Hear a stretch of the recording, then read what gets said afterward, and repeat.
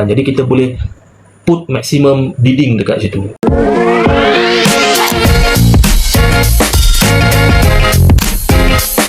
Alhamdulillah, klien saya dapat bid rumah abang tu dengan harga yang dia sendiri pun sebenarnya tak sangka.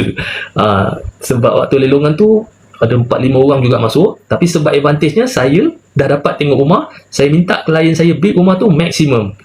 Dan satu lagi, kita dapat deal dengan owner. Contoh dia ada buat certain renovation kan.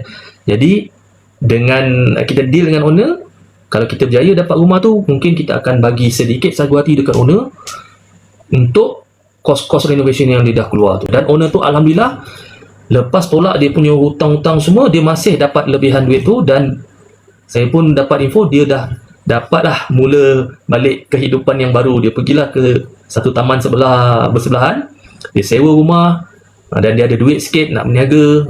Jadi kat situlah daripada hasil jual rumah lelong tu. Kalau rumah nak kena lelong, sebaiknya lah kalau dah tak boleh nak selesaikan dengan pihak bank, let go, biarkan dia masuk lelong, tapi cuba dapatkan harga yang paling tinggi untuk rumah lelong tu supaya dia boleh dapat lebihan jualan daripada rumah lelong tersebut.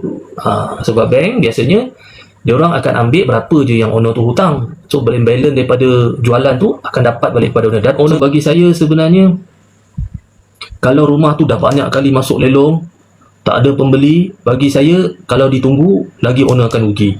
Jadi baik kita sebagai ejen lelong ni bantu pula owner kan, kita advertise, kita marketing, kita bawa buyer supaya rumah tu boleh terjual dengan cepat dengan harga yang paling maksimum.